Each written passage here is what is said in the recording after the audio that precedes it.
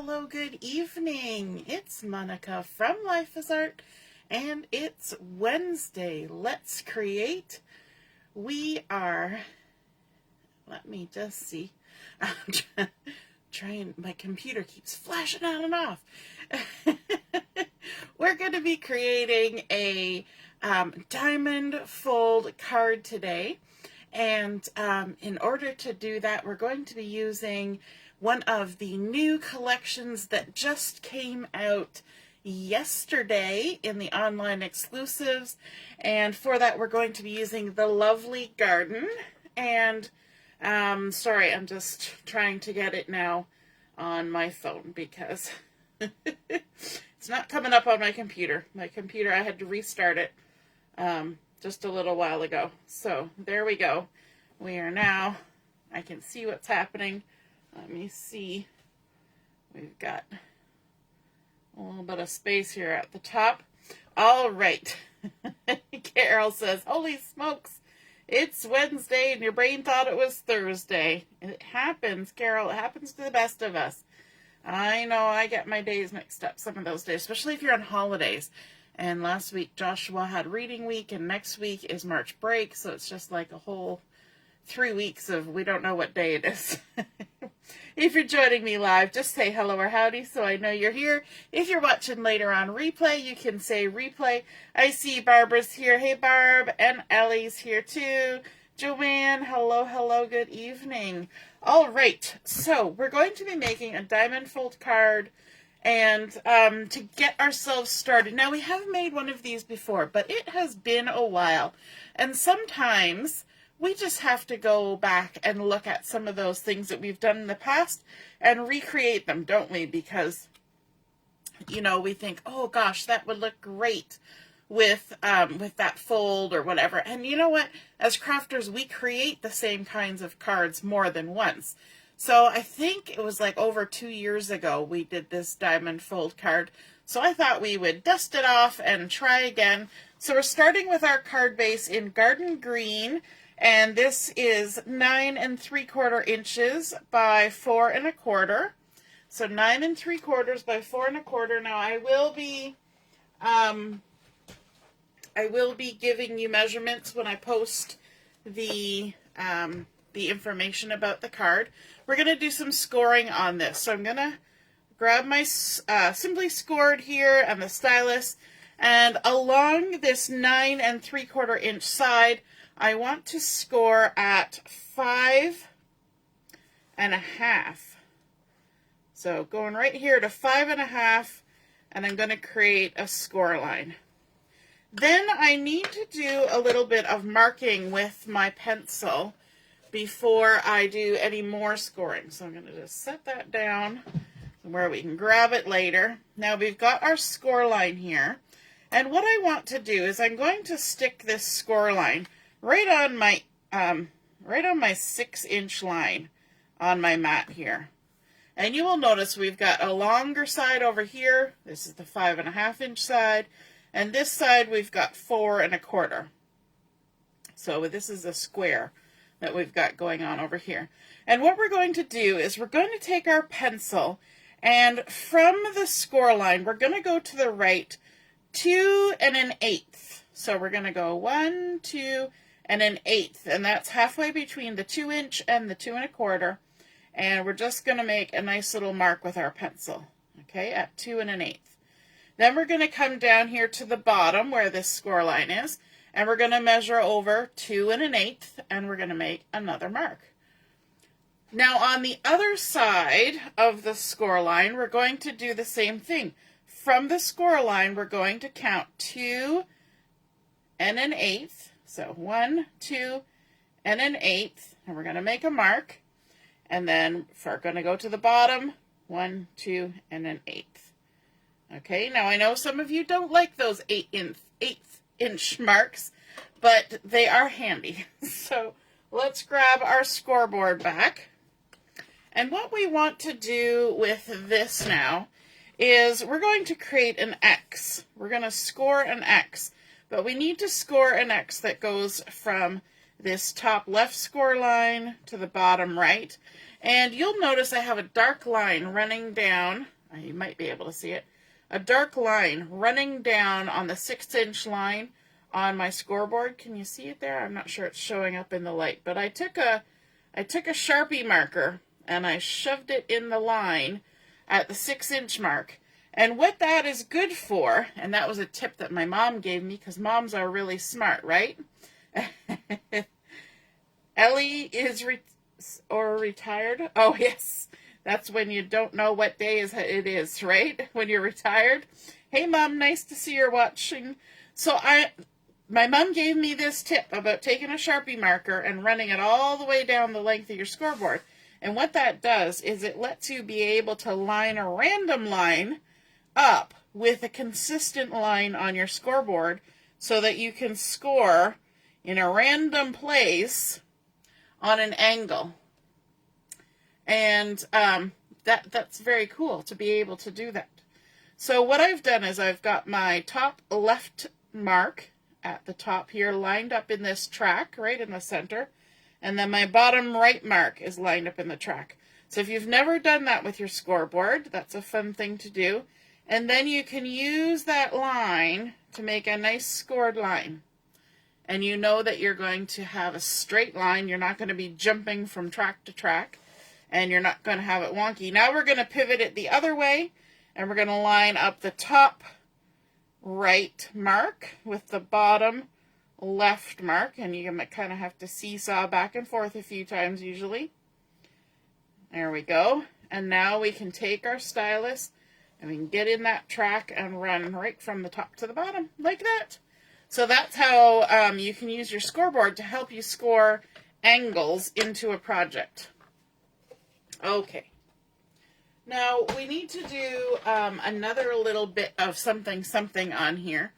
And to do that, oh look, my computer finally caught up.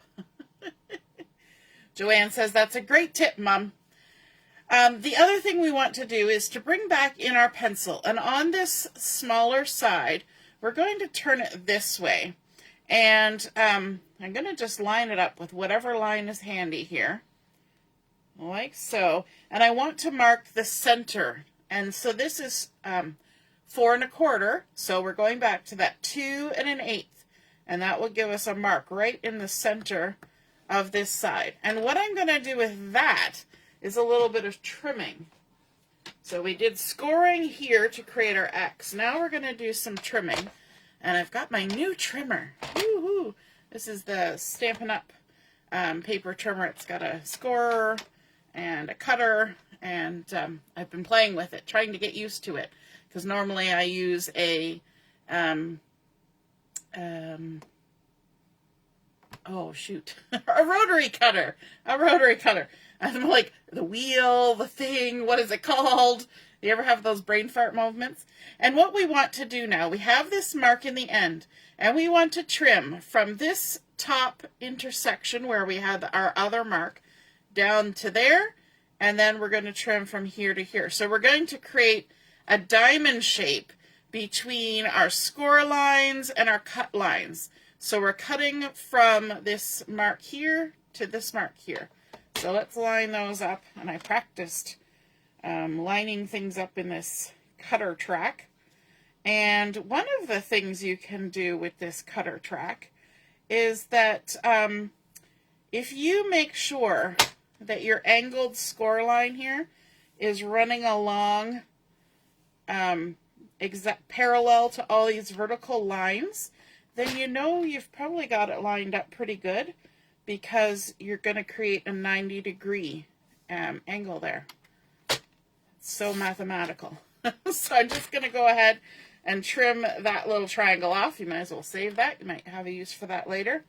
And then I'm going to turn the other way so that I can trim from here to here, from our end mark to our mark at the bottom.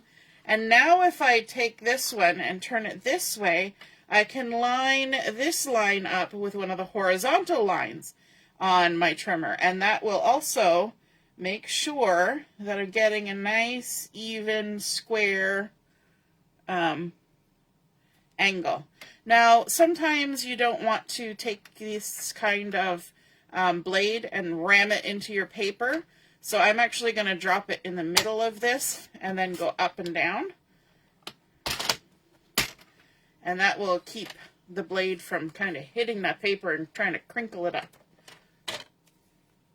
No crinkling. All right. Now we can move that out of the way. We're all done with that. And grab our eraser. Where did I put my eraser? I had my eraser. Eraser, where did you go? Right there. It's always good to have a good eraser in your craft room for when you write right on your projects and you want to get rid of it later. Now I have done all of this scoring and measuring and everything with this larger panel over here on this side. This is actually going to be the back of our card. So what we need to do is we need to, on this vertical, I've now turned it sideways, but on this vertical score line, we need to push that down. So we're going to kind of lift those sides up, which seems counterproductive to having this be the back of our card. But don't worry, we'll get there.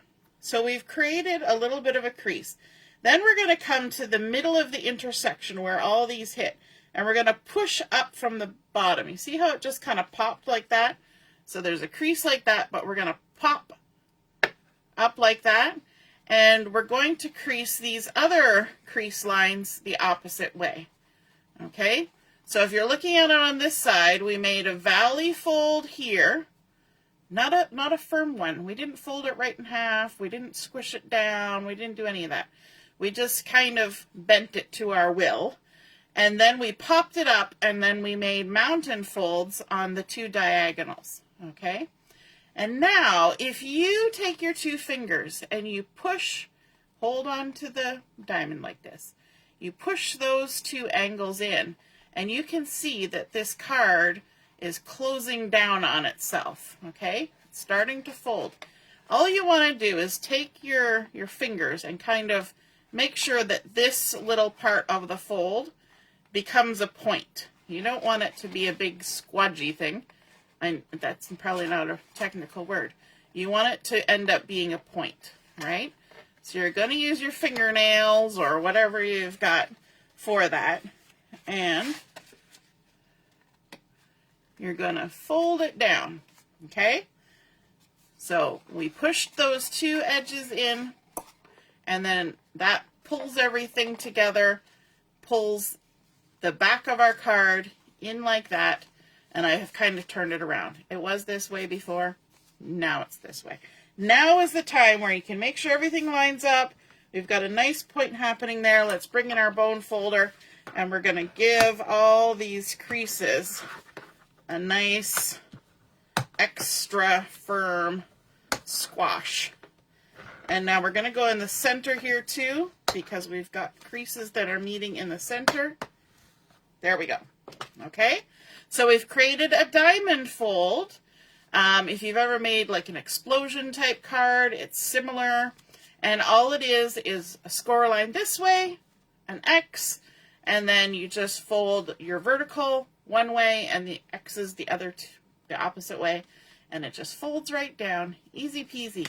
So there is our base for our diamond fold card. Now we're going to bring in the lovely garden part, and with a little bit of contrasting cardstock as well. So we want to create a spot to write and some decoration inside of our card. Hey Laura, nice to see you're watching. Lynn's here too. Hello, hello, and Heather. Carol's been using that trimmer for a long time. Oh, Ellie just got her Stampin' Up! Trimmer. Awesome. Very good. Okay, so I have a piece of cardstock here, and this has been cut to 5 1/4 by 4 inches. Okay, so a little bit smaller. This card will end up being a 4 1/4 by 5 1/2 inch size. So it will go in a standard size envelope. So this is 5 1/4 by 4 inches. We need to do a little bit of measuring and cutting on this one as well. And so what we're going to do is we're going to line it up here on our mat. We're focusing on the top there. Let me grab my pencil. This is 4 inches wide, so we're going to mark it right in the center at 2 inches. And then we're going to come down from this top corner 2 inches, make a mark, and from this corner 2 inches, make a mark, and then I thought I said we were done with this paper trimmer, but apparently we're bringing it back. Now what we need to do is we need to trim this angle so that this piece will fit on the inside of our card. So we're going to trim from the top mark to the side. So let's get that lined up in the track.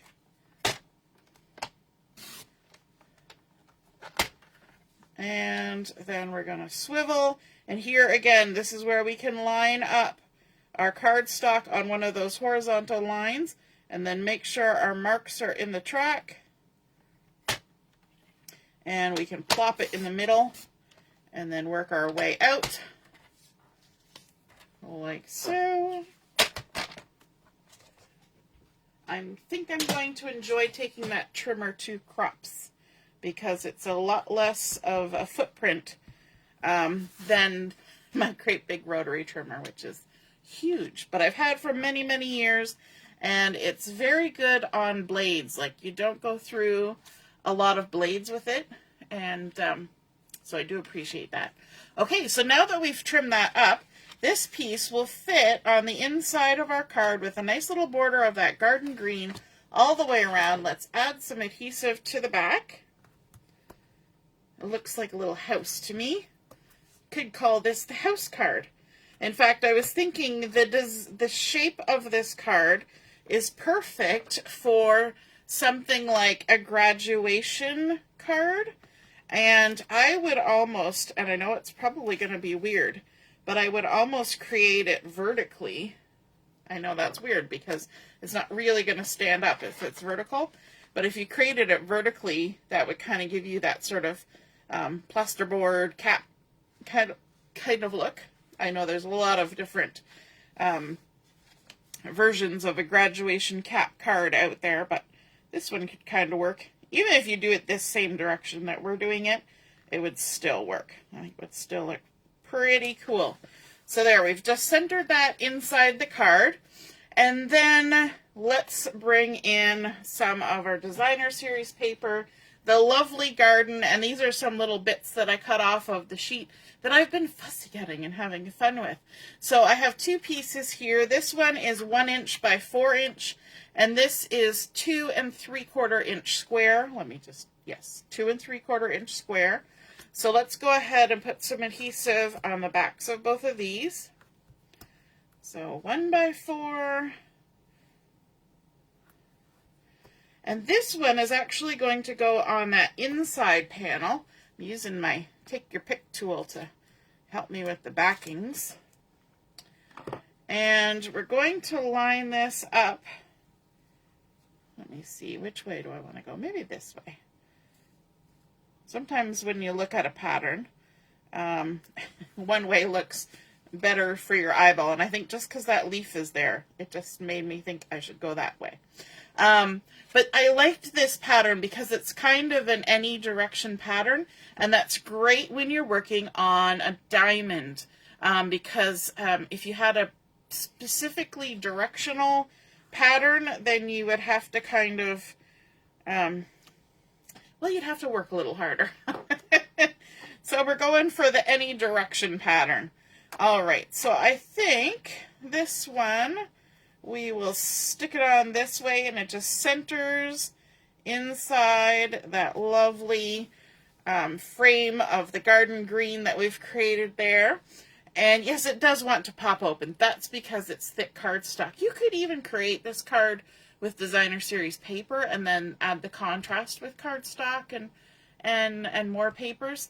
But I like how sturdy it is with the cardstock. And it also, it stands up. So it's nice to have it as cardstock that way. Okay, We also need to add one more panel, and that's going to go on the inside on this side of the card. So I've just kept going with our lovely Daffodil Delight to create this. And this is being picked up by those tiny little flowers in the lovely garden paper. And this is the same size as the DSP that we put on the front, the pattern paper. So it's 2 3/4 inch square. And it's just going to go here as an extra spot to write, because if you take a look at how this card folds, you're going to have to be very aware of what is going to show on the inside of the card versus the outside of the card. And when it stands up, this is also going to be quite visible. But if you wanted to have a little more private message written in your card, you could put it on this side and then just stamp a secondary sentiment on the inside there. Okay? Or if you're going to write in here but you want it to look nice when it's closed, I would suggest making a few little marks with a pencil, writing your message, and then erasing the marks. And that way you know that when it comes out of the envelope, they see the pretty stuff and not necessarily your handwriting right off the bat. Not that your handwriting's not pretty. Mine's okay, but it's not necessarily going to go with the look of the card, right? Okay, next step. I want to add in a sentiment on the front of my card, and to do that I have used the Spotlight on Nature dies, which I just received the other day as a nice little gift, and I'm going to use this second smallest one, cutting out of fresh Fresia, and it creates a lovely little border with like little flower petals kind of going all the way around, and I thought that worked really well with the lovely garden, and that die set coordinates with the Spotlight on Nature stamp set too, which I have, but I didn't have the dies. So that's kind of fun. Now I have the dies. And to stamp my sentiment on here, I'm going to be using Blueberry Bushel, which is one of the coordinating colors. That's what you see here in the lovely, what looks like hydrangeas to me. And I'm going to be using the Happiest Day stamp set. I've been using this one quite a bit. We just used that circle the other day on Sunday when we did our layout. But we're going to be using the You're the Best sentiment, and I've actually used that one quite a bit more than the other ones because I think it works for so many people, right? You're the best. And let's grab our sentiment here. We're going to ink it up in the Blueberry Bushel. I'm going to bring this closer to me so I can see what I'm doing, hopefully. And just stamp that down in the middle of our lovely little die cut circle. And let's add a little bit of dimensionals on the back of this.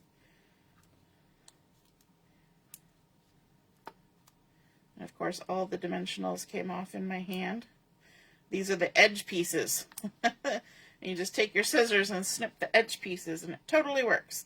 All right, and then this is a nice size too. This is the second size, which is about 1 5/8 inches. So we've got You're the Best. Let me grab my tweezers for this. I'm just going to center that in the center of my diamond. So something to go away from all the little straight edges we've got going on, a little bit more organic shape happening. And what's next? What's next? What are we doing next? I just lost my train of thought. Oh, we're going to do some stamping. So from the Happiest Day, we're also going to stamp out the little dragonflies because I think they're cute. And what did I do with my cardstock? There we go. Let's grab some black ink to start because we're going to stamp out the outline first. If I can find it. There it is. There's our little dragonfly outline. Stamp that on there. And then we want to color the wings. And I'm going to use 2 colors on my wings. And I'm going to use Fresh Fresia, if I put it the right way up, and the Blueberry Bushel. So let's start with the Blueberry Bushel. But I don't want it quite as dark as my sentiment. I want it a little lighter. And in order to do it a little bit lighter, what we're going to do is we're going to ink it up we're going to stamp it off on our sticky note here, and then we're going to do our second generation stamping onto our image. A little bit wonky, and I got blue ink all over myself, as you do sometimes. I don't know how I managed that. Let me just try and wipe that off a bit. Then we're going to come in with the smaller set of wings, and I love that they put little polka dots on these. We're going to ink it up with the Fresh Fresia, and this is a light color, so we don't have to do our second generation stamping. We just go ahead and stamp that on there, and I'm looking at it at a crazy angle, which is why I'm not lining it up very well. That one went a little bit better. I guess I took more time. But now that we've got it there, let's give it a rough cut. And then we're going to fussy cut. All we're going to do is we're going to pivot our paper. We're going to leave a nice little halo of the background cardstock around the outside edge, just like it would be if it was die cut or a sticker. If you're ever worried about fussy cutting, thinking, oh, I can't follow the line, don't worry. You don't need to follow the line. You need to go outside the line. It's not like coloring. Fussy cutting is going outside the line. Unless you're paper piecing, and that can be a different thing. All right, so we're just working our way around all the way. I'm going to trim some of that off. It's getting in my way. Got a little bedraggled there on the curve. And then join up from where you started. Excellent. Okay, now I have done a few ahead of time. So now I have 3 little dragonflies that I can embellish with. And let's go ahead and add some of the dimensionals on the back here. We're going to add just a couple pieces right near the body of our dragonfly. And I'm going to use my tweezers to help me with this. We're going to add one little dragonfly up here, and we can go off the edge on this side because that's going to be still within the bounds of where our envelope needs to go, so we can totally go outside the box on that one. Let's add a couple more snips of dimensionals to another one of these. There we go. And again, like that. And this one, let's add it to the front as well. And it can go off the edge, so we're going to have this little tail kind of hanging off of our diamond here. And then the last one, let's just add this one flat. I know, sorry. You're just going to be the flat one. That's all there is to it, my friend. There we go. I like using my tweezers to help me place things because it just eliminates the need to try and see around my fingers. There we go. Let's add some bling. Now, if you had the opportunity to place an order during Celebration, one of the items that you could have chosen for a reward, if you earned it on your order, was the purple adhesive back sequins. And they come in 4 colors, which I wrote here so I don't forget. Berry Burst, Bubble Bath, Fresh Fresia, and White. So on this card, the white or the Fresh Fresia is a good look because they coordinate. But I'm going to use the Fresh Fresia, I think. And so let's grab one. We're going to do some in the background and some in the front. So we're just going to make a nice little triangle here, like so. So we put 2 here, a big and a little up there. And then over here on our card, we're going to put a couple more. Let's grab another big one right there. Got that cute little yellow flower. and then a small one as well. And that puts 5 on our card, which is an odd number, and our brain likes odd numbers. And there we have our very pretty, lovely garden diagonal fold card, or diamond fold card, all ready to go. I think it's got lots of fun color. It makes you think of spring and summer and gardens and all things gorgeous. Yes, Ellie, fussy cutting is relaxing for some people. For me, yes. Other people, frustrating. So it just depends. And one thing I like to say is that practice makes progress with most things, and including fussy cutting. So you might never be perfect, but you can make progress. So there we go. We started out with our garden green cardstock for our base. We added in some of that beautiful Daffodil Delight.